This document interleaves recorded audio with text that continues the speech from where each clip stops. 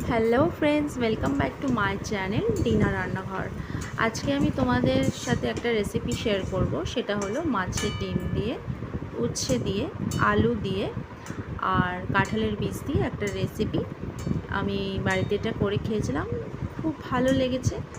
গরম ভাতের সাথে তো খুব ভালো লাগে, তাই রেসিপিটা এত ভালো হওয়াতে তোমাদের সাথে শেয়ার করে নিলাম। চলো দেরি না করে চলে যাই রান্নাতে।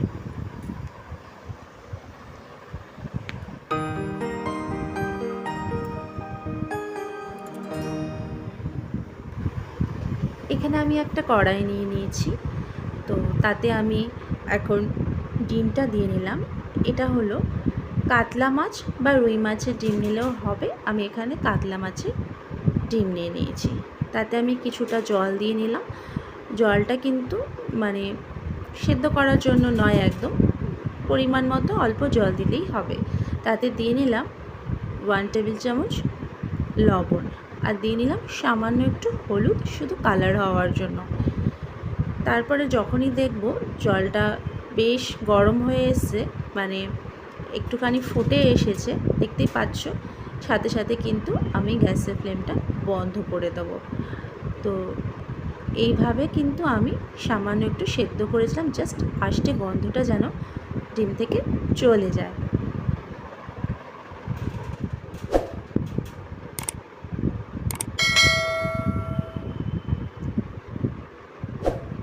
ডিমটা কিন্তু খুব বেশি সেদ্ধ করিনি বলে ডিমটা কিন্তু দলা পেকেই আছে। তখন কিন্তু আমি ডিমটা জল থেকে তুলে নিলাম। তোমরা চাইলে স্ট্রেনারে ছেনেও নিতে পারো।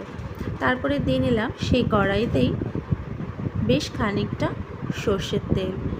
সর্ষের তেল দিয়ে রান্না করলে কিন্তু রান্নার টেস্টটা আরও বেড়ে যায়, তার জন্য আমি বেশিরভাগ রান্না সর্ষের তেল দিয়েই করি। তারপরে তেলের মধ্যে দিয়ে নিলাম একটা গোটা তেজপাতা একটু ছিঁড়ে, আর দিয়ে নিলাম দুটো কুচনো পেঁয়াজ। এটা দিয়ে কিন্তু আমি একটু ভাজা ভাজা করে নেব। তেজপাতা দেওয়ার কারণটা এই যে মাছের ডিম রান্না করছি, তাতে তো একটু আষ্টে গন্ধ হয়, তাই সেটা যেন না হয়। আর কিছুটা সেদ্ধতেও চলে যায়। সেদ্ধ করে যখন জলটা আমরা পাস করে দিই তখনই কিন্তু গন্ধটা অনেকটা চলে যায়। তারপরে দিয়ে নিলাম 1 টেবিল চামচ আদা রসুন পেস্ট।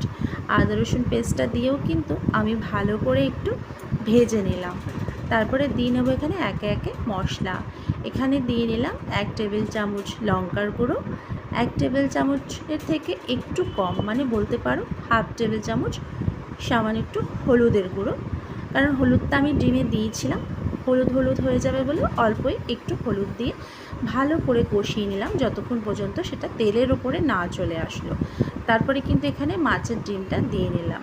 মাছের ডিমটা কিন্তু খুব বেশি সেদ্ধ করিনি বলে এইভাবে কিন্তু একদম ভেঙে গেল, নাহলে কিন্তু ছোট ছোট একটা দলা পেকে যেত, তখন আর কিন্তু এইভাবে মানে ছড়িয়ে যেত না।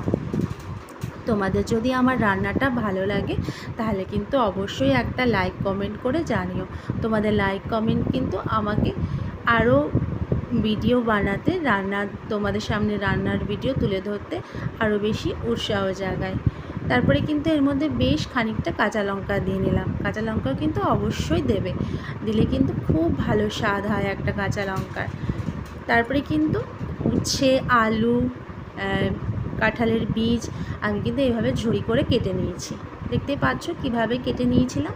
তো এইভাবে কেটে নিয়ে সব আমি ডিমটা যখন কষানো একদম হয়ে যাবে, মনে হচ্ছে একদম কষানো হয়ে গেছে, তখন কিন্তু এর মধ্যে দিয়ে নিলাম সবজিটা।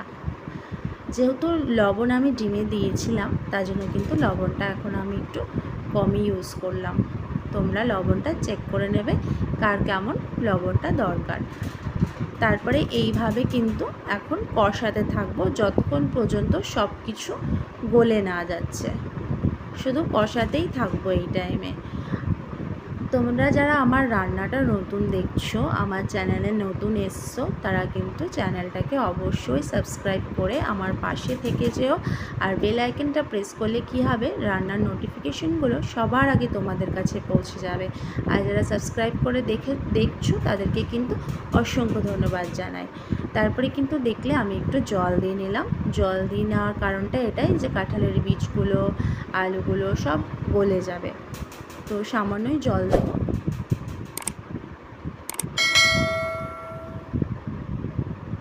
জল দেওয়ার পরে যখন দেখলাম যে সব কিছু গলে গেছে, তার মানে কিন্তু আমার রান্নাটা হয়ে গেছে। আমি একটু টেস্ট করেছিলাম, লবণটা আমার কম মনে হলো, তাই কিন্তু আমি লবণটা আবারও দিয়ে নিলাম। তারপরে এইভাবে ভাজতে থাকবো যতক্ষণ পর্যন্ত তেলের ওপরে চলে না আসছে। এই রান্নাটা করতে কিন্তু একটু তেলটা বেশি লাগে। তো যখন তোমরা দেখবে যে তেলটা কম হয়েছে, সামান্য একটু রিফাইন তেল দিয়ে নিতে পারো। এইভাবে একদম ভাজা ভাজা হতে থাকবে, তখন মনে করবো যে আমার রান্নাটা কিন্তু একদম রেডি। এটা কিন্তু ভাতের সাথে, রুটির সাথে খুব টেস্টি লাগে। তোমরা বানিয়ে খেও আর আমাকে অবশ্যই লাইক কমেন্টস করে জানিও। দেখতেই পারলে একদম ভাজা ভাজা করে নিলাম, তেলটা একদম পাশ থেকে ছড়িয়ে গেছে, তার মানে আমার রান্নাটা কিন্তু একদম তৈরি। ঠিক আছে, নেক্সট আসবো অন্য কোনো রান্না নিয়ে। ততক্ষণ সবাই সুস্থ থেকো, ভালো থেকো। Thanks for watching.